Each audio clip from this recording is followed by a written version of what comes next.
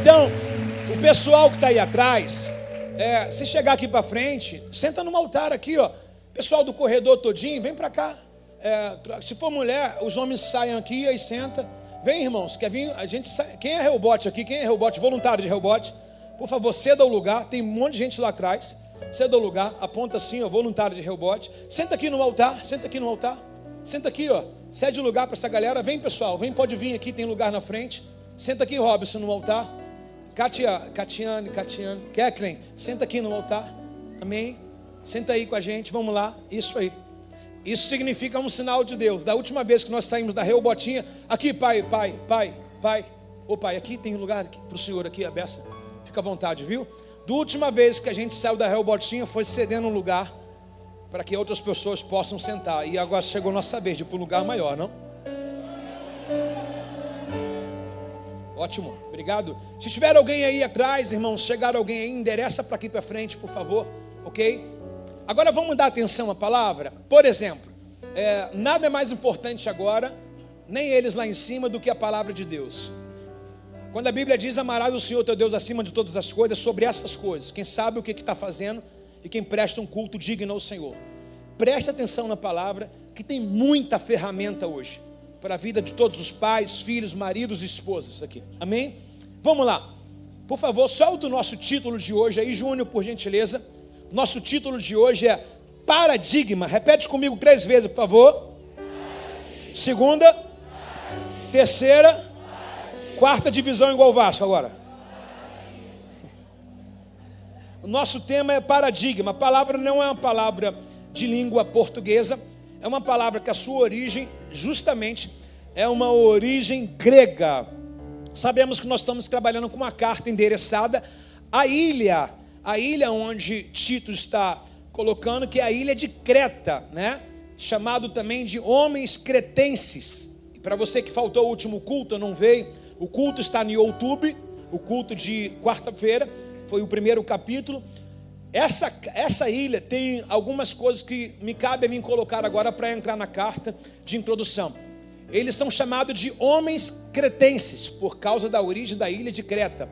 E existia um profeta lá do 6º século, na ilha de Creta, que ele colocou um jargão para a ilha de Creta, dizendo assim: os homens de Creta são mentirosos, animais e comilões. Repete comigo: os homens de Creta são mentirosos, animais e comilões. Você conhece alguém assim? Que come demais? Conhece alguém assim que trata a vida igual um animal e pessoas igual a animais? Você conhece alguém que mente aqui? Inclusive a palavra mentira foi o tema do último culto nosso. O mentiroso. Não quero nem falar o que eu falei de manhã para me comprometer, né? Mas o nosso último tema foi o mentiroso, que é o estigma deles. Eles eram homens mentirosos. Mas só que, pensa comigo aqui. Se o título do lugar é como se você falasse: sabe aquela família lá? Ninguém presta. Você vai dar alguma validade pelo aquilo que estão dizendo? Por exemplo, se a família dá mau testemunho, né? Se alguém fala: ó, vai vender para fulano, fulano compra e não paga, você vai vender para essa pessoa? Você está entendendo, né? Então, os homens de Creta, não só os homens, as mulheres também, as famílias de Creta, eles tinham uma palavra bem pesada para eles, dita que eles eram homens e mulheres mentirosos, jovens, era a cultura do lugar.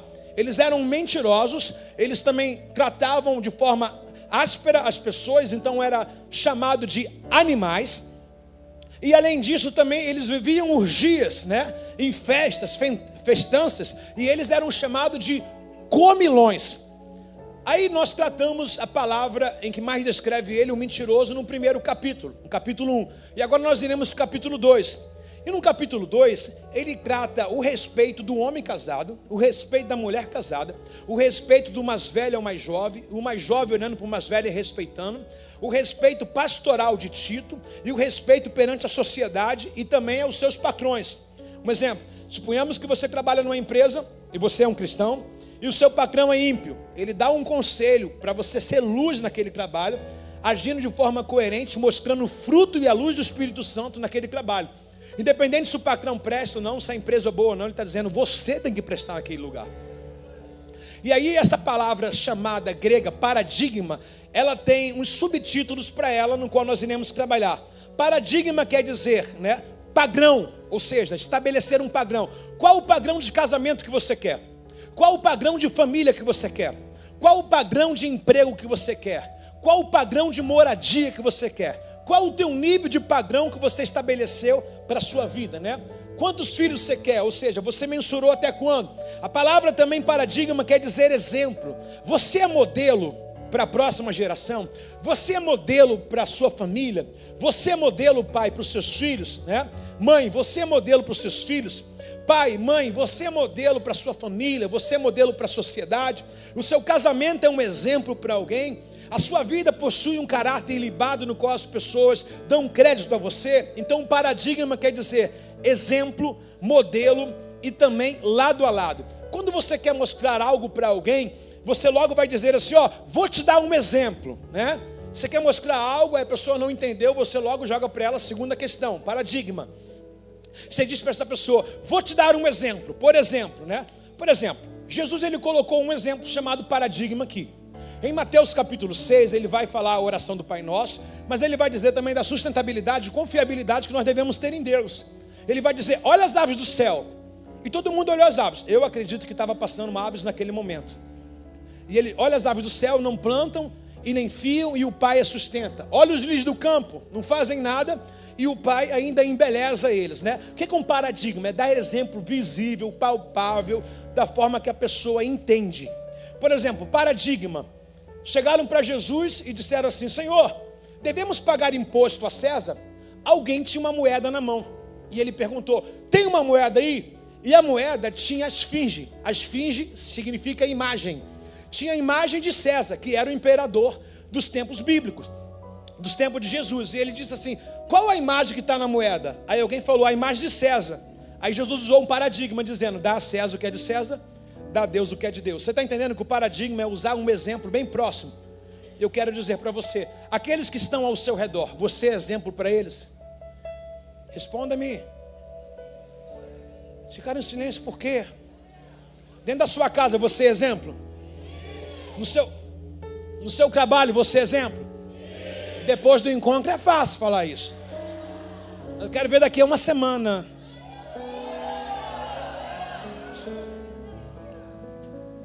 No mundo que nós vivemos hoje atual, onde as leis morais, familiares perderam seus valores, aonde o certo é errado e o errado por muitas vezes é certo, você é exemplo, modelo de perseverança?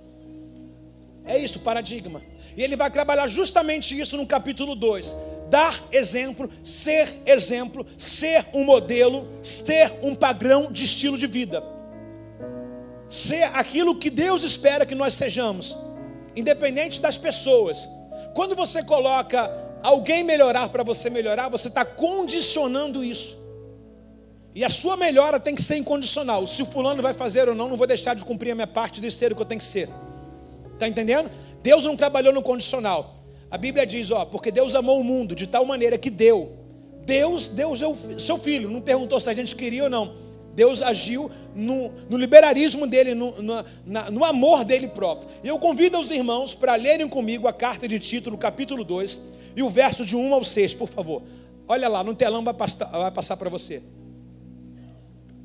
Se você tiver um celular, bota no modo avião, para nada te distrair, mas vai anotando tudo. Aí depois você faz as comparações, vê se o que eu estou falando tem sentido, vê se faz algum sentido para você, se tem alguma aplicação para a sua vida, se tem alguma coisa boa. Nossa idade é bem diferente, né? Mas de repente eu posso ser útil ao Senhor, alguma ferramenta agora, como o Senhor pode ser na minha vida, entendeu? Eu acho que a gente precisa dar crédito às pessoas e entender que Deus não colocou ninguém num lugar à toa que não for para ser exemplo para alguém. Porque eu vejo uma galera mais experiente aí, mas não descredibiliza aí a minha idade, só tenho 25 anos. E aí você, de repente, cria um bloqueio aí, mas vamos lá. Vamos lá. É Tito capítulo 2, o verso 1, por favor. Posso ler com vocês? Então eu vou fazer o seguinte, eu vou ler de 1 ao 6 direto, e depois eu vou fazer aquele revezamento 4x4 aí. Eu vou ler um versículo e vocês vão ler outro. Vamos lá.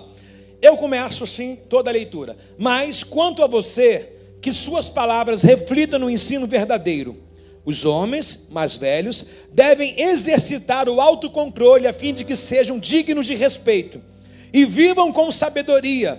Devem ter uma fé sólida e cheia de amor e também de paciência. Semelhantemente, as mulheres mais velhas devem viver de modo digno, não deve ser caluniadora, fofoqueira, nem beber vinho em excesso. Antes devem ensinar o que é bom. Devem instruir as mulheres mais jovens a amar os seus maridos e filhos, a viver com sabedoria e pureza, a trabalhar no seu lar, a fazer o bem, a ser submissa ao seu marido. Assim, não envergonharão a palavra de Deus. Verso de número 6, ok?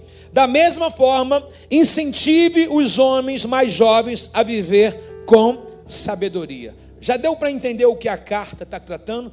Algo pessoal. Antes de pregar fora, pregue dentro. Antes de ser moralista fora, moral dentro. Para mim e para você. Ok? Então eu quero dividir essa palavra com os irmãos. Sinta-se aí privilegiado em poder ler a Bíblia do Senhor. Existem países perseguidos que nem Bíblia você pode ter. Aí eu quero que você grite agora. Solte o seu pulmão. Exercite aí esse diafragma aí. Vamos lá. Eu vou começar com o verso 1 e os irmãos o 2. Eu leio o 3 e vocês o 4. Pode ser? Mas quanto a você e suas palavras, reflita no ensino verdadeiro. A igreja...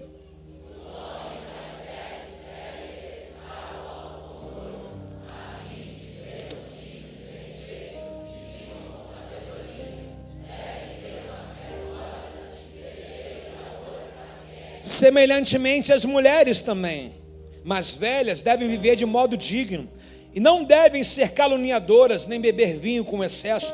Antes devem ensinar o que é bom.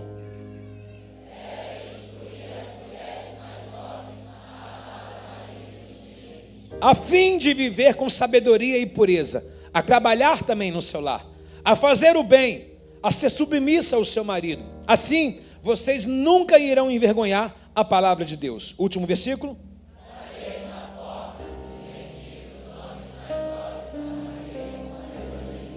Beleza? De manhã eu falei e torno a repetir. Quem aqui, na década de 80 e 90 aqui, mãe, pai ou filho que está aqui, por exemplo, eu sou nascido em 80. Então eu ouvi a vida inteira minha mãe falar assim, ó, manga o leite, você morre. Quem já ouviu isso? Hã? Quem foi a mãe que passou essa mensagem aí? Quem foi a mãe que falou aí, né? Você falou isso por quê? Porque a sua mãe lhe falou, a sua avó lhe falou para sua mãe, e isso vem geracional. Quem é daquela frase assim, ó, está com relâmpagos, cobre lá o espelho? Ouviu? É? Outra coisa também, tem um cachorro rugindo, alguém vai morrer. É? Porventura, aquele vizinho que estava já no finalzinho morreu naquele dia. Aí você falou, tá vendo? É? Quem é daquela colocação também assim, ó, o chinelo está emborcado, mamãe vai morrer. Era mãe? Era mãe? Minha mãe está com 72. Nunca morreu com chinelo emborcado. Qual o nome disso? O nome disso são crendices, né? São informações culturais. Por exemplo, eu viajei para Israel com um amigo que ele é lá de Varginha. Você conhece aquela cidade conhecida como a cidade do ET de Varginha? O que houve lá foi demônios se manifestando. As igrejas tiveram a percepção espiritual, demônios se manifestando, e todo mundo diz, é o OVNI, é o ET, né? Então deram um nome para isso. Por exemplo, mula sem cabeça, saci pererê. Hoje, quando você é cristão, você sabe que isso é potestade, isso é demônio. E a gente aprendeu na quinta, sexta série, pelo folclore, né? Uma cultura chamada cultura, mas na verdade era Satanás disfarçado de alguns nomes. Mula sem cabeça, saci. Onde você viu isso, irmão? Onde que o suco de manga ou leite matou alguém, irmão? Aí hoje, nos séculos de hoje, 2025, você que é um irmão próspero, vai na lanchonete, está escancarado lá, morango ao leite, cajá ao leite, limão ao leite, leite com leite e manga ao leite. O que matava hoje é caro. Ninguém nunca morreu com chinelo emborcado. Então existem algumas coisas, cara, que a gente precisa olhar essa carta agora e aplicar isso aqui. Veja bem no verso 1, qual é o direcionamento que Paulo dá para Tito. Verso 1, por favor, Júnior. Mas quanto a você, eu e você, diga eu e você. Quanto a você, Tito, ou José, Antônio, Raimundo, Jorge, quanto a você, suas palavras reflitam no ensino verdadeiro. Aonde eu quero encaixar aqui, quantas vezes replicamos uma mensagem no qual a gente nem sabe a fonte dela. A gente ouvi dizer, essa coisa de me disseram, me contaram, me falaram, é a maior mentira. Eu estou propagando a mentira, ainda mais na velocidade da internet hoje. A internet lança um fake que tem gente morrendo, tomando paulada na rua, com fake news, que alguém criou alguma coisa. Esses dias alguém pegou uma foto minha, criou um clone de Zap e pedindo dinheiro. Um monte de pessoas me bulinando, pastor, estão pedindo dinheiro no teu nome. Eu falei, cara, não, pera aí, não faz não, vou dar meu Pix original. Você faz no original, né? Aí eu fui, printei tudo, coloquei em rede social, no status e tudo. Aí o nome do cara estava lá todinho. Aí pedi um amigo para pesquisar o nome do cara. Aí o cara pesquisou, o cara está preso. O cara está preso pedindo dinheiro. O cara está preso e tendo ideias surreais. Então, quando ele diz que as suas palavras têm que refletir no ensino verdadeiro, o que eu quero trabalhar com os irmãos aqui nessa noite, sem delongas aqui? O que nós precisamos? Paradigma. A minha vida precisa ser uma vida verdadeira, senão eu vou ficar passando mensagem. Senão eu vou ficar carregando coisas lá de trás da família, em que já pararam há muito tempo, eu estou carregando esse preceito, estou carregando essa coisa ruim, e eu conheço a verdade. João 8,32 diz, conhecereis a verdade, e a verdade vos libertará. Quantas e quantas vezes você serviu uma religião em que a Bíblia não era colocada para você? Era um folheto criado que você lia aquilo, toda semana você ia lá e já sabia qual era o preceito, já fazia até os sinais, as invocações de forma antecipada, porque você estava metódico. Mas agora não, agora a Bíblia foi aberta para todos. Ninguém pode ter desculpa que nunca foi evangelizado, nunca ouviu Deus bater no seu coração. Olha que loucura, Deus usou de forma estratégica 200 e poucas pessoas para trazer você que talvez nunca falou, eu nunca vou pisar numa igreja evangélica. Onde você está? E ainda uma igreja da parede preta, que um pastor não tem terno, não tem gravata, não tem meia, mas está lhe falando a verdade. Então que a sua vida seja um ensino verdadeiro. Lembra do que eu falei? Paradigma, modelo. O que Deus precisa? Não é de mais um homem casar, é mais um homem que case de verdade. O que a Bíblia precisa? Não é mais de uma pessoa convertida. Quantas pessoas vêm aqui, irmão, e convertem nesse altar, mas volta a praticar as mesmas obras? O que o Senhor precisa? Dos verdadeiros adoradores, de alguém que decida sim romper de vez com o mundo, consigo mesmo, dizer assim, não, eu fui para a igreja, tenho consciência do que eu fiz, eu quero Jesus, a vida que eu levava era uma vida mentirosa, de maquiagem, fake news, e agora não, eu sinto a paz que a bebida não me deu, que a droga não me deu, que a prostituição não me deu, a paz que Deus dá, que excede todo entendimento. Alguém aí nessa noite pode celebrar ao Senhor? Só quem vive uma experiência com Deus sabe o quanto Ele é bom, sabe o quanto Ele é generoso, sabe o quanto é saudável servir a Deus. Então Paulo escreve para Tito dizendo assim, Tito, você precisa ser o exemplo, porque aonde eu vou te enviar, o que as pessoas mais fazem é usar máscara. Eles são varões cretenses, são cretinos, são mentirosos, são comilões, são festeiros. Eles vivem de forma irracional, igual o animal. Então, Tito, eu vou te enviar lá, por favor, sem deslize, sem oscilar. É o que Deus está dizendo para a gente, aonde Ele vai nos colocar, seja empresa, seja faculdade, seja nova moradia, casa nova. Deus está dizendo, seja verdadeiro lá. E Ele vai dizer mais ainda, no versículo 2, os homens mais velhos, começa, hoje eu falei de manhã bastante sobre a questão do ensino, em que essa carta traz muito para a gente sobre ensino. Eu diria que se não tivesse um tema no qual eu criei para vocês, paradigma, eu colocaria lições pedagógicas, porque a pedagogia é ensinar, né? Aplicar alguma coisa que faça a pessoa aprender alguma coisa. Eu acho que hoje, eu estou com um casal que vai fazer Casados para Sempre, que ele falou assim, pastor, eu vou fazer Casados para Sempre, eu tenho 40 anos de casado. Eu tenho credibilidade para dar aula. Deixa ele chegar na primeira aula. Se eu fosse ele, eu ficava embaixo da mesa assim, ó. Fala baixinho, papai. Irmãos, a vida é um constante aprendizado. Você pode ser velho de idade, mas não quer dizer que você sabe tudo na vida. Sempre nós estamos aprendendo algo novo. Tem alguém comigo aí? Não? Então eu diria que hoje seria uma aula de pedagogia. E ele pede assim, que os homens mais velhos, no verso 2, devem exercitar o autocontrole, a fim de que sejam dignos, respeitosos e vivam de forma sábia, com sabedoria. Deve ter uma fé sólida, cheia de amor e também de paciência. Olha o que a Bíblia diz pra gente. Os homens mais velhos, quem aqui, meu irmão, já tem uma experiência de vida já? Vou falar da galera do 40 para cima, porque o 30 está naquela decisão ainda, né? Às vezes não sabe o que é da vida, mas um cara de 40 anos já deve saber o rumo que é na sua vida. Cadê a pessoa aí acima de 40 anos, por favor? Ok, acima de 40 anos. Acima de 40, pode levantar a mão. Tem gente com cara de 50, com a mão baixada. Acima de 40 anos, né? Você já sabe o que você quer da sua vida? Olha o que a Bíblia diz, que os homens mais experientes, pessoal, não se trata apenas de uma questão de idade, como de forma lógica eu coloquei, mas as pessoas que têm mais experiência de vida. Por exemplo, você que já casou, já tem uma experiência para quem é solteiro. Você que já se formou na faculdade, já tem uma experiência para passar naqueles que estão em dúvida ainda qual a faculdade escolher. Você que já decidiu uma profissão, você pode muito bem pegar um jovem aprendiz e ensinar, encaminhar um amigo da igreja, um amigo da cela, um amigo pessoal, um sobrinho, um filho, a uma profissão. Não pelo valor dela, não pelo dinheiro, que seja a última coisa, porque eu acho que o dinheiro é o resultado daquilo que eu amo fazer. Sim ou não, pessoal? Tem gente correndo atrás do dinheiro, nunca foi feliz.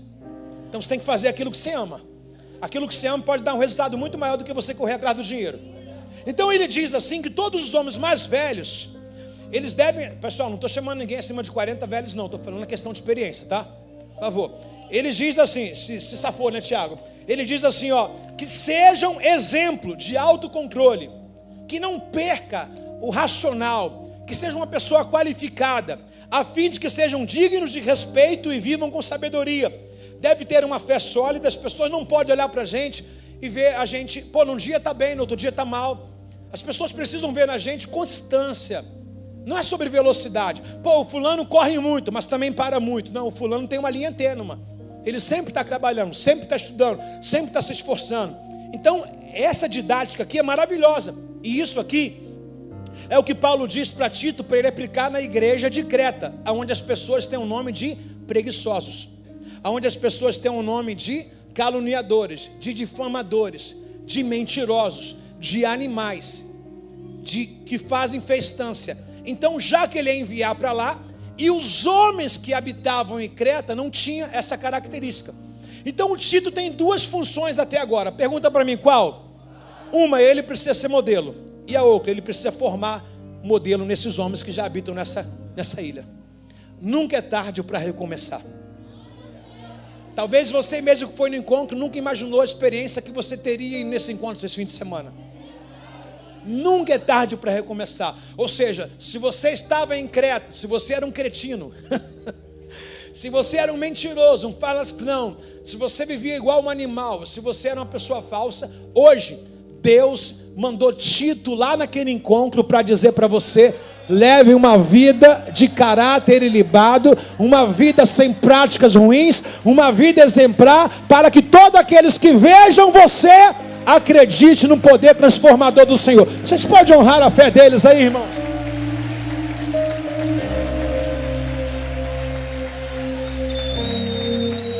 Vejam bem, os textos posteriores, eles dizem sobre mulher. Eu não quero de maneira nenhuma que as irmãs aqui abençoadas, ungidas, lindas, cheirosas, tá? Vocês são as mulheres mais bonitas do mundo. Fiquem chateados comigo achando que eu separei versículos no qual comprometam vocês. Eu quero aqui ser parcial, não escolher, tá, lado. Mas vejam bem, eu aplicaria isso também para todos os homens. Por quê? Porque olha como é que ele começa aqui o verso 3. Repete comigo como está a primeira palavra: semelhantemente. Lembra que ele falou do homem acima no verso 2? Agora ele vai mexer com as mulheres. Ou seja, aquilo que cobrou do homem, também está cobrando das mulheres. Mas aquilo que ele vai cobrar das mulheres, também quer que todos os homens ponham em ordem. Então o que está ventando lá vai ventar cá também. E ele vai dizer: semelhantemente as mulheres, Paola, as mais velhas devem viver de modo digno, não devem ser caluniadoras. A palavra caluniadora, se você colocar na questão original, que é uma questão grega, vai viver mulheres diabólicas. Então todo aquele que faz calúnia é um diabólico ou diabólica. O que é calúnia? Defamar, falar mal de alguém, com causa ou sem causa, é calúnia. Nós não temos direito nenhum biblicamente de nos tornarmos juiz da vida de alguém e acusarmos alguém. Afinal de contas, irmãos, nós temos um cisco para tirar, ou uma trave para tirar do nosso olho. Por que vai mexer no cisco que está no olho do seu irmão? Está comigo aí, não? E outra coisa, pergunta o quê? Já é difícil pagar suas contas, por que vai se meter na conta dos outros? A pessoa que toma conta da vida dos outros deve estar sem boleto para pagar, né? Não, cartão de crédito deve estar em dia, porque deve estar sem nada para fazer, né?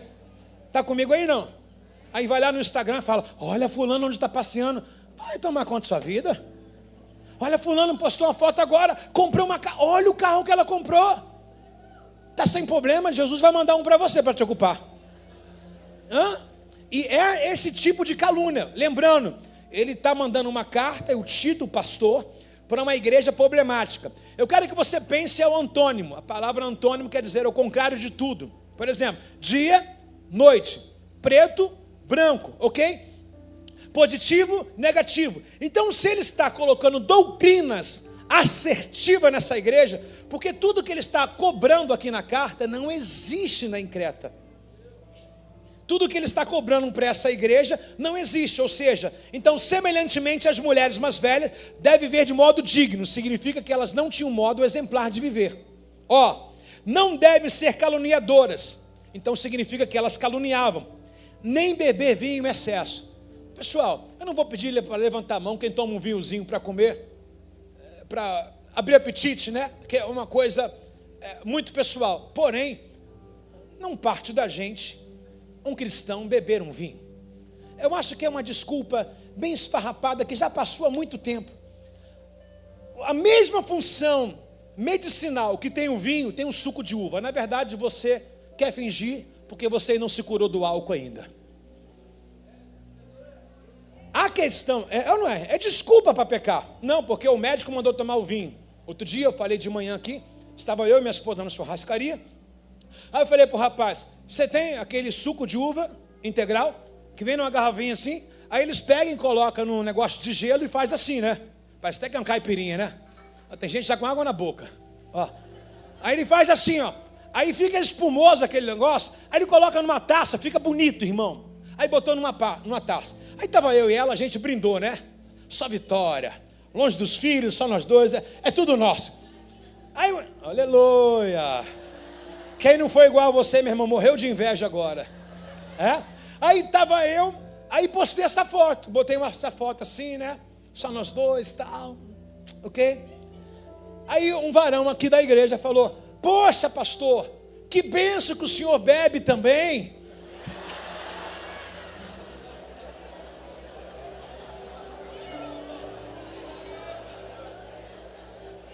Quer pegar o peixe, irmão? É só colocar a isca. Aí eu falei: ô cretino, cretense, isso não é bebida não. Ele pensou que era chopp. Isso não é bebida não. Isso é suco de uva. Você sabia que a uva, por si só, a fermentação dela, que se faz a composição do suco, já fermentado, já tem um pouco de teor alcoólico, né? Mas é gostoso. Se você falar para o médico, ele vai receitar para você com problemas. Inclusive a Bíblia, lembra de Paulo? Paulo dá uma lição para Timóteo, dizendo: Timóteo, quando tomar um pouco de vinho, que é o suco da uva antigo, coloca um pouco de água por causa do seu estômago. Ou seja, dá-se a entender que Timóteo tem uma úlcera estomacal, no qual o vinho também tinha o poder de curar. É só você olhar o último culto, quando eu falei de oferta de libação também, agora recente também. Então, o vinho bíblico não é o vinho de hoje industrializado, que você vai no botequim e está lá para atender o seu deleite e o seu conforto, porque o dinheiro é meu, o trabalho eu mereço, quem manda na minha casa sou eu. E diz ser crente: se o vinho lá de fora, dentro da sua casa, não te constrange, e você é cristão, faz o seguinte: põe uma mesa na porta da sua casa, ponha um louvor bem alto e abre a Bíblia com uma taça de vinho do lado. e começa a evangelizar, para ver o que os seus vizinhos vão dizer de você. É ou não é, pessoal? Se está oculto, escondido, ninguém pode saber, porque você tem a consciência correta e você sabe que não é isso que Deus quer de você. Na verdade, isso é uma porta que pode vir outras coisas muito pior. E essas mulheres aqui, elas tinham essas reuniões de mulheres, no qual elas separavam para conversar e começavam a tomar essas taças de vinho. Daqui a pouco estava uma lá. E você viu o marido da outra? Você viu aquele menino que veio morar aqui? Então elas começaram a fazer aquilo que no início era agradável e cultural e talvez social, como algo depravado. Ao ponto de texto dizer que as mulheres mais velhas devem viver de modo digno, porque elas não viviam de modo digno. E qual o proveito do título? Elas caluniavam, por quê? Porque elas eram dadas a vinho de excesso. Então não existe um gole só. De um vai para dois, de dois vai para três, daqui a pouco é garrafa, daqui a pouco você está fazendo uma campanha de bebida na sua casa. Então aonde começou a calúnia da mulher? Aonde começou os modos deploráveis dela? Através da bebida, era a cultura. Se você quiser entender isso, só você pegar os livros extra bíblia, e as culturas de cada ilha, de cada lugar. De cada lugar onde a Bíblia menciona tem uma cultura. E essa cultura era a que Paulo está enviando Tito para desfazer essa cultura. Mas elas diziam ser da igreja. Antes deve ensinar o que é bom. Ou seja, imagine um monte de mulher casada, que é a primeira receita agora, reunindo entre elas, enchapando a pança, bebendo, deixando de cuidar dos seus maridos. Portanto, que o conselho é, vai cuidar do lar. Deixando de cuidar das suas casas, dos filhos, para viver embriagada na vida, numa festinha de uma amigazinha com a outra que bebe socialmente. E, meu irmão, não tem ninguém que beba socialmente que não vai para o segundo e o terceiro nível. A Bíblia diz que um abismo chama outro abismo. O salário do pecado é a morte. Você começa com cigarro, daqui a pouco você está com a maconha, daqui a pouco com a cocaína, daqui a pouco você é um dependente do crack. Não adianta. Você começa com uma foto nude, daqui a pouco você está com vídeo, daqui a pouco você está numa casa de massagem. Não adianta, irmão. A Bíblia diz, é bem clara, não deis lugar ao diabo. Amém, irmãos? E olha só o que ele diz: deve instruir as mulheres mais jovens a amar os maridos e os filhos. Eu quero que você pense ao contrário. Então essas mulheres casadas estavam sendo um mau exemplo para a geração que iria casar. Imagine as meninas de 20 anos. Eu vou casar para ser igual aquela menina que disse ser da igreja? Eu vou casar para ter um marido igual aquela lá? Lá, o marido chegou em casa do trabalho e ela está na conversa lá na casa da amiga. Então estava sendo uma má influência. Ou seja, aqueles que deviam ser exemplo, paradigma, estava sendo escândalo. E essas mulheres estavam bebendo, embriagando e abandonando os seus lares por causa das suas festanças, por causa das suas bebedices. E elas estavam abandonando o marido e os filhos não estavam tomando conta do lar. Aí ele diz justamente isso: deve instruir as mulheres mais jovens a amar os seus maridos. Ou seja, as mulheres mais jovens estavam sendo influenciadas para as mais velhas.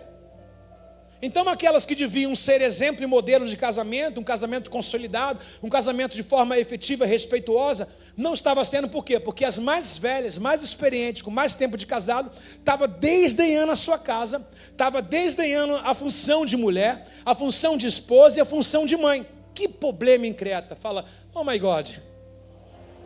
E agora? Como é que resolve um problema desse? A palavra de Deus.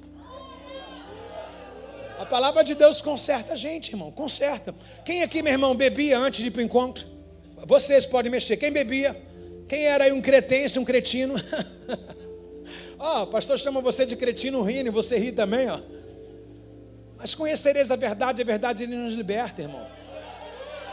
Diga bem alto para os céus ouvir: eu era, só não sou mais. O meu passado não me condena, porque Cristo pagou naquela cruz por mim. E aí ele diz no verso 5, presta atenção, é escandaloso esse verso 5, vamos caminhar para as páginas finais. A viver com sabedoria e pureza, a trabalhar no lar. Repete comigo: a trabalhar no lar. Presta atenção. Então as mulheres, em nome da bebida, estavam fazendo as suas reuniões, onde tinha as suas conversas, caluniando a vida de vizinho A, B e C, falando mal de A, B e C.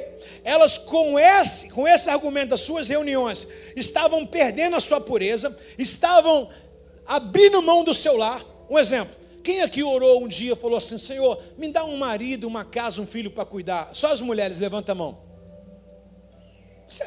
Mulher casada com mão baixada, o teu marido está sentindo até ofendido. Quem orou falando: Senhor, me dá um varão? Aleluia. Quem orou falando: Senhor, me dá um filho? Ok? Quem aqui dos homens olhou: Senhor, me dá uma varoa, a mulher de Deus? Pediu aí. Quando você pede uma mulher, quando você pede um varão, você está pedindo um cesto de roupa também. Você está pedindo uma louça para lavar. Está pedindo uma casa para arrumar. Essas são as letrinhas miúdas do contrato. Mas um dia que você falou assim: Senhor, por exemplo, Senhor, me dá um marido. Vai dizer que você nunca sonhou e viu sua mãe, tomara que assim seja. Sua mãe chegar, você está em casa com sua mãe, ela pega, estica aquela tábua de passar roupa, pega aquele blusão do seu pai e tem aquela imagem: um dia eu vou passar a roupa do meu marido. Porque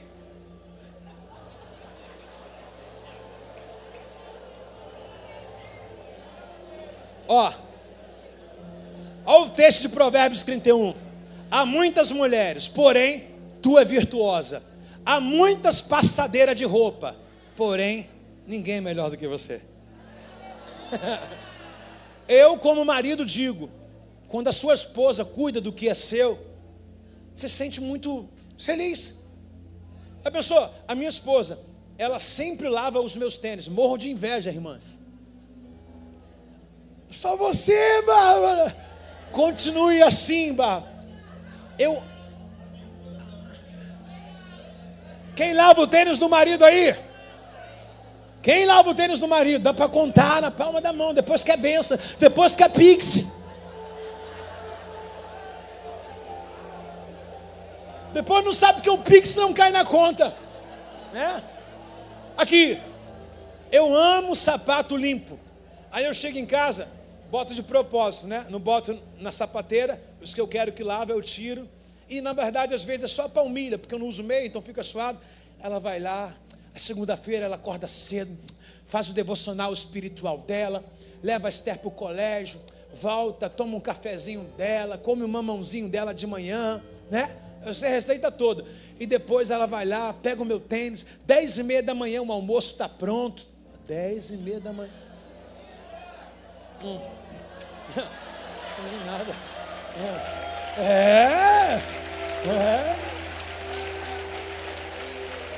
De vez em quando, que agora vai virar rotina, terminou o café, leva um cafezinho para mim. Aí.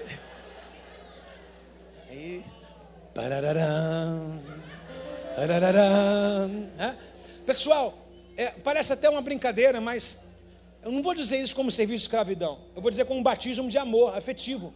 Cuidar daquilo que a pessoa veste, cuidar daquilo que a pessoa come. Por exemplo, não sei vocês mulheres, mas já leu o Salmo 128? Recita para mim o Salmo 128, os versículos iniciais. Feliz é o homem que teme ao Senhor, feliz será e tudo te irá bem. Verso 2, a sua esposa será como, você desfrutará do seu trabalho e será feliz e próspero, ok? A sua esposa será como a videira frutífera. O que é videira? Vinha. Quando a Bíblia fala de vinha, vinho não é o material, é a nobreza. O vinho na Bíblia tem a tipologia de alegria. Quem é a alegria do lar? Gente, tem alguém aí, ser humano? Quem é a alegria do lar? Olha o que a Bíblia diz: sua esposa é a alegria da casa, que frutifica e floresce em seu lar. Seus filhos através dela serão brotos de oliveira. Já mudou. A alegria da esposa, a submissão do homem no primeiro versículo vai fazer com que a unção, porque oliveira é de azeite. Então sobre o homem tem um temor, sobre a mulher tem alegria e sobre os filhos tem a unção. Quem está afim dessa casa aí, meu irmão? Pelo amor de Deus, dá uma reação no seu lugar em nome de Jesus aí, amado. Aí quando você olha o tênis do marido, vou perguntar aqui, vocês podem me dar um crédito aqui? Alguém lava a sunga do marido? Pastor, que desastre. Aleluia. Presta atenção aqui, irmãos. Estou terminando a primeira parte. Aqui, suponhamos aqui, atenção, povo lindo, atenção. Suponhamos aqui, você pediu um marido. Quando você pediu um marido, você pediu refeições. se pediu um cuidado pela casa. Esse dia eu comentei, a Esther acorda de madrugada para fazer fritura. Aí cheguei em casa, dia de casais agora, terça-feira, não foi? Falei, caramba, olha o cheiro de fritura que está em casa. E a gente não faz, mas eles fazem, né? Aí eu falei, Bárbara, tem que botar um cheirinho aqui. No outro dia, a cheirosa foi lá e comprou o cheirinho e colocou em casa. Você está entendendo o que é trazer alegria? É suprir, ver o que falta, estar perto da felicidade da casa, suprir, saber a refeição que o marido gosta, que os filhos gostam, de fazer o cardápio para a família. Eu acho que esse é o papel da esposa, e o papel do marido eu já vou dizer, tá? Não, o papel do marido é fácil. P-I-X.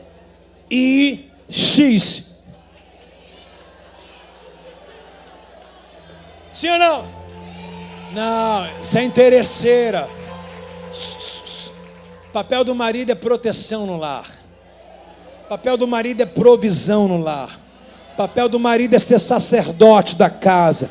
É representar Deus, é corrigir. Porque o pai corrige a casa porque ama. O papel do marido, do pai é estar presente. Ainda que seja para aborrecer, mas tem que estar. Eu gosto do versículo de João 13:7. O que eu faço agora não entende, depois de muitos dias entenderá. Eu digo para meus filhos, as cobranças que a gente faz hoje, eles só vão entender quando ele partir para o próximo nível, quando eles forem pais. Quando eles casarem, ele fala, por que eu saí da casa do meu pai? Falei com você que outro dia o meu filho fez um cálculo. Meu filho fez um cálculo, ele está a fim de casar, né? Falou, ei pai, acho que eu vou casar. Eu falei, faz um cálculo para ver se dá para sair de casa. Quando ele foi rabiscar lá no final, estava somando 15 reais, 15 mil de custo para viver. Aí ele riscou assim, acho que eu não vou sair agora não. Mas é verdade, é custoso. Se você soubesse como é gostoso viver na sombra do teu pai, ao tempo determinado, ou valorizar o estudo que ele paga, a roupa que ele compra, o ar-condicionado que você não paga a conta do mercado, está lá, o café agora está o preço de um rinse, né? E o Guanabara está cheio lá do Recreio, parece até que não. Mas preste atenção, então a intenção aqui é dizer para as mulheres, quando diz assim, trabalhar no lar, atenção povo, estou acabando, não quero dispersar mais ninguém não, trabalhar no lar, quando a Bíblia diz trabalhar no lar, dentro desse contexto é porque as mulheres perderam a função de ser esposa e mãe e estava de conversa fiada no Zap com as amigas. Lá atrás já existia Zap. Lá atrás, estava em rede social com as amigas. Aí tem a função de fazer em casa, de ajudar em casa, não estava ajudando, por quê? Porque estava com as amigas. Amiga não é pai, amiga não é mãe, amiga não paga conta. As pessoas mais especiais da sua vida são aquelas que te corrigem, que moram debaixo do mesmo teto que o de você. O filho pródigo é um espelho para a gente. Amigo é bom quando você tem herança do pai. Quando você perde, cadê os amigos? Vai te deixar na sarjeta com os porcos. Amigo de verdade é quem paga as suas contas, quem deixa você morar de graça debaixo do teto. É ou não é? Então as mulheres estavam perdendo a função da casa. Agora eu vou falar para as mulheres aqui. Levanta a mão, todas as mulheres, por favor. Se é mulher de verdade, levanta a mão. Se é fake news, baixa. Vamos lá. Levanta a mão lá em cima. Mulheres, jovens também, adolescentes, pode levantar a mão. Vai todo mundo casar aqui na igreja. Ok? Levanta a mão, isso, recebe. Levanta a mão lá em cima. Quando você pedir um marido, eu quero agora que a sua imagem do marido venha assim, ó, um cesto de roupa para você passar. Isso te ofende? Responda-me, por favor, para mim continuar. Pode baixar a mão. Isso te ofende falar isso? Não está preparada para casar.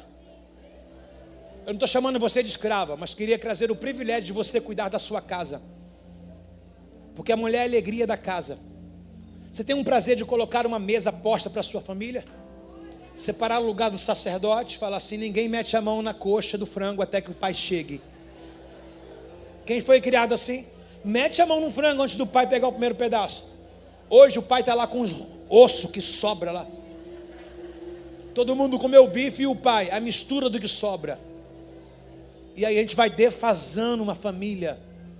A gente vai tirando o respeito do pai, o respeito da mãe, vai perdendo a ética. O que a gente vai se parecer? Com os cretinos de Creta. Aí as famílias vão se desfazendo. Um come num sofá, outro come no quarto, outro come lá fora, o outro come com videogame do lado, o outro come trabalhando, e o pai sozinho na mesa almoçando.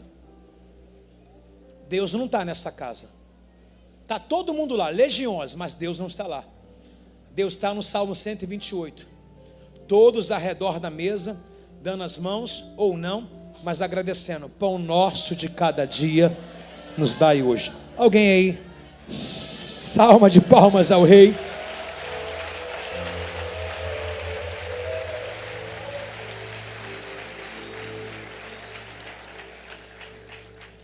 Pastor, e a louça? Por exemplo, lá em casa, a Bárbara faz a comida e os filhos lavam a louça. Pastor, e você? Nada. Eu como. Brincadeira à parte. Lá em casa, pelo menos, eu tenho uma combinação. A Bárbara cuida da casa e eu cuido dos utensílios. Falei de manhã, torno a repetir. Serginho está aí, não? Não? Lá em casa não tem nada quebrado, nada faltando, nada fora do lugar. Qualquer coisa que queima, eu já conserto de imediato. Não tem uma lâmpada, não tem um interruptor que não funciona. Agora, recentemente, ela falou assim, eu fui usar a Airfly, falou, a Airfly está queimada. Estava, na verdade, aquecendo, só não estava funcionando a ventilação dela. Aí eu sou um fuxiqueiro, olhei na internet, no YouTube, como consertar a Airfly, modelo tal, tal, tal. É assim direto, entendeu? Aí eu fui lá e vi. Aí eu tinha que ter um alicate, um multímetro para medir lá, que tem um fusível lá. Aí eu não tinha, falei assim, estou indo para a igreja mesmo, vou dar na conta do meu técnico. Aí eu trouxe, Serginho já consertou. Já vou levar a Airfly para casa hoje, tomara que eu ganhe ponto com isso.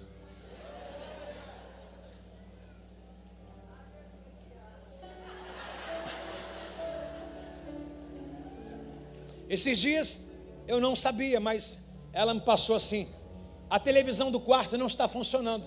Aí eu entrei no quarto, estou vendo lá, a tela toda azul e ela ouvindo a televisão. Falei, que diabo é isso? Você não está ouvindo mais? Ela falou, esqueci de falar, a televisão para de funcionar, mas eu estou ouvindo. Eu falei, isso não é rádio, isso é TV. Ore por mim, por favor. E quando começa com esses sinais aí, irmãos, bota a foto do Alzheimer, por favor. Dá uma olhada nisso aqui. Tem coisa que está sendo precoce.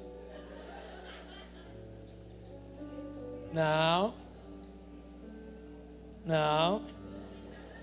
Tem não? Está no grupo de mídia. Está no grupo de mídia. Esses dias nós ministramos para casais aqui na igreja, casal Alzheimer. A palavra casal, o AL, já funciona com Alzheimer. E eu botei esquecimentos precoces.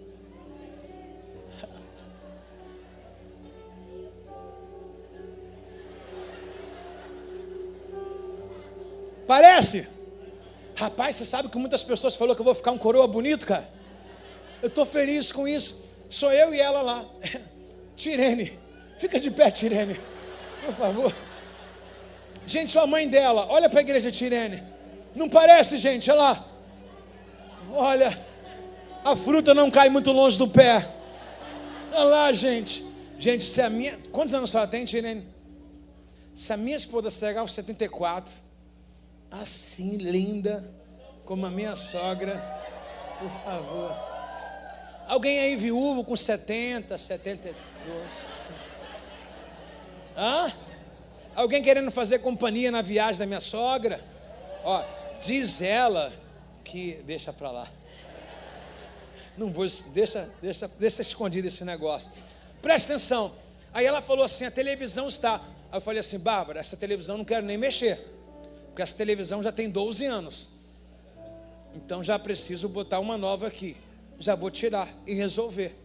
Só que eu tenho 15 dias para resolver pendência. Aprenda uma coisa, pergunta o quê? Se você não trocar uma lâmpada com 15 dias, você não troca com 6 meses depois. Se você não pagar uma dívida com 15 dias, você não paga um ano depois. Se você não namorar em 15 dias, você vai estar namorar quando Jesus voltar. Nós precisamos datar. a gente precisa ter tempo para consertar as coisas, senão não vai funcionar. Tem alguém comigo aí, não? Então, quando Paulo escreve para Tito, dizendo que as mulheres precisam ser exemplo, é real, porque elas precisavam. E eu quero alongar aqui, sem demais, só falar um pouquinho de escravos aqui, de servo, e a gente vai embora com Jesus. Tem alguém aí, não? Presta atenção no verso 9, 10, por favor, verso 9 e 10. Olha o que ele diz, 9 e 10, filho, obrigado. Quanto aos escravos, o que é escravo? Diga, empregados. Quem é empregado de uma empresa aí, tem um patrão superior a você, os demais não fazem nada? Hã? Quem é dono do negócio aí? Quem é dono? Próspero, aleluia. Quem é dono paga a conta hoje, né? É? Amém, irmã? Amém, irmão? Amém? Levanta a mão os bem-sucedidos, ricos aí, levanta a mão, aleluia. Aleluia. Já quero profetizar na sua vida, viu? Ó, inauguramos hoje lá vaga para estacionamento de carro elétrico, para carregar o carro de graça. Eu tenho um carro elétrico, quem vai ter o outro? Coisa boa vocês gostam, né? Olha aqui, irmãos, presta atenção, finalizando. Olha o que ele diz. Quanto aos escravos, ou seja, todos aqueles que estão debaixo de um governo, debaixo de uma empresa, todos aqueles que têm alguém no qual comanda a sua vida, aqueles que são superior a você, devem obedecer sempre ao seu Senhor e fazer tudo possível para agradá-lo, sem ser respondão e não dever nada a ele. Aí no verso de número 10 ele diz uma coisa, ó, nem roubar, mas deve mostrar-se bons, inteiramente dignos de confiança, assim tornarão atraente em todo o seu sentido de ensino e respeito a Deus, o nosso Salvador. O que Paulo também diz para Timóteo? Aí é uma questão de cultura. Na ilha havia muita gente escravas, nesse tempo bíblico ainda, né? Muita gente ainda era escravo de pessoas, escravo mesmo, escravo de pessoas que tinham seu senhor, né? E ganhava-se pouco demais. Então, geralmente os senhores eram arbitrários e autoritários, mas esses escravos conheceram Jesus e se converteram. E eles continuavam ainda com um procedimento ímpio ainda. Eles esqueceram que a nova natureza, a nova criatura do novo homem entrou neles. Aí Paulo sabe disso, escreve para ti dizendo assim, ó, esses homens que são escravos, que se converteram, digo a eles agora, que independente do patrão ser ruim, quem tem que ser bom é eles. Independente agora de a empresa facilitar algumas coisas, ele tem que parar de roubar. Então olha que carta incrível. E isso quem ganha? O evangelho e o teu testemunho. Para quê? Para que quando o teu patrão tiver que elogiar alguém na empresa, vai falar, o fulano é exemplar. E eu quero dizer roubar, irmão, não é só roubar bens materiais e desviar alguns produtos, não. Roubar é você chegar atrasado na empresa. Roubar é você sair mais cedo por conta própria. Roubar é você colocar um atestado médico falso. Roubar é você mentir. Então a Bíblia diz, ninguém deva nada a ninguém a não ser um amor. E o que é que nós aprendemos nessa noite aqui hoje? Ética. Eu não consigo melhorar o mundo está de mal a pior. O mundo está de cabeça para baixo. Escala Richter agora de terremoto, 7.7 na Indonésia. Indonésia, Mianmar é o país mais afetado, mas a Indonésia? Tailândia, desculpa, né? Jesus está voltando. Jesus está voltando, tem que me consertar o mais rápido possível. Jesus está à porta. Mateus 24 diz que no fim dos dias haveriam sinais, e um deles é o terremoto. Outro deles é a falta de amor. Irão odiar uns aos outros. E se eu sei que Jesus está voltando e eu estou vacilando, o que eu preciso fazer? Me consertar. E esse dia, o melhor dia e o propício é hoje. Hoje Deus quer fazer de você o melhor pai de família, o melhor marido, a melhor esposa, o melhor ser humano. Você não vai conseguir mudar o mundo, mas pensa comigo, você não vai mudar o mundo, mas você pode mudar a sua casa, mudando a sua própria vida. Você pode mudar a sua empresa, mudando a si próprio. Talvez você não vai conseguir atingir um bairro inteiro, mas você pode atingir a tua rua. A gente cobra muito mudança dizendo assim, tinha que jogar uma bomba lá em Brasília e explodir todo mundo. Como? Os caras roubam na caneta, mas você rouba Deus. Você rouba o tempo da tua casa, da tua família. Um ladrão falando mal de ladrão. A gente não tem credibilidade enquanto a gente continuar falho. Nós precisamos mudar hoje. A hora da mudança é agora. Deus trouxe você aqui com uma grande convocação, dizer: eu estou esperando um posicionamento seu. O que seu filho está? Bota a imagem lá, por favor, paradigma. O que seu filho precisa? Seu filho não precisa de alimento na mesa, porque quem vive de comida é porco. Seu filho precisa de um pai que seja exemplar. Agora, não só os pais. Cadê os filhos? Cadê os filhos aqui? Os filhos precisam obedecer os seus pais. Um aprendendo com o outro. Olha o que Paulo pega: pessoas mais maduras ensinando as mais jovens, e mandando que as mais jovens recebam os ensinamentos das pessoas mais maduras. Mas lembra de como nós iniciamos? Timóteo, seja você o exemplo e o modelo. E agora, irmãos, como é que nós iremos ficar diante de tudo que foi nos falado hoje? Vou ficar na mesma, sair pelaquela porta e falar assim: tá bom, eu ouvi a palavra, ri um pouquinho, o pastor falou de Pix, maneiro, né? Falou da roupa, falou da louça, legal. Mas e aí? Como é que você vai ouvir tanta verdade de uma forma descontraída, alegre, e não vai se importar com isso? Vai fingir que não tem nada a ver? Até quando você vai ficar para amanhã, para amanhã, para amanhã? Deus não mora no amanhã, Deus mora no já. A Bíblia diz: se ainda hoje ouvires a voz de Deus, não endureçais o vosso coração. O tempo de Deus é chegado para cada pai de família. O tempo de Deus é chegado para cada mãe de família, para cada lar. Lar de honra, lar de respeito, aonde o marido é o cabeça, aonde a mulher trabalha de forma disjunta, aonde os filhos estão debaixo de submissão da autoridade do pai e da mãe, obedecendo a casa e mantendo em ordem. Já pensou se hoje toda a sua casa servir ao Senhor?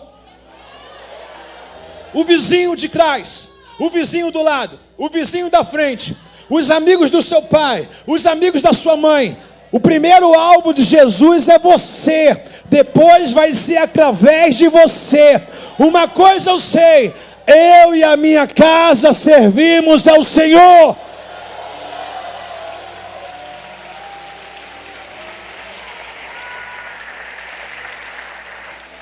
Sem mascarar, do nível de verdade. Qual o pai hoje que precisa ser modelo aqui? Levanta a mão. Pastor, preciso ser modelo. Qual a mãe que precisa ser modelo? Os pais e mães precisam ser modelo. Você está comigo, igreja? Sem mentira. Uma coisa que Deus odeia é mentira. Gente, não adianta mentir. Quem precisa ser modelo? Ótimo, eu preciso. Ontem tive uma DR, 3:30 da manhã com meus filhos. Eu, minha esposa e eles. Cabeça adolescente, como é que você vai entender? Eles falaram assim: pai, você tem que ser amigo. Eu falei: tem que ser pai. Amigo é na rua.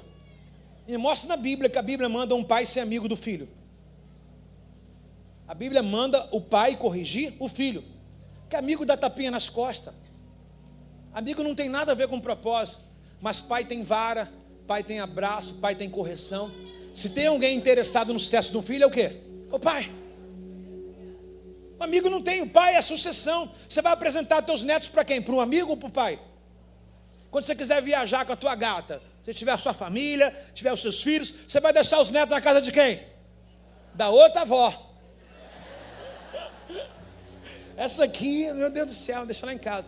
Então quero perguntar aqui humanamente, de forma bem clara e objetiva: quem viu verdade no que eu falei aqui? Então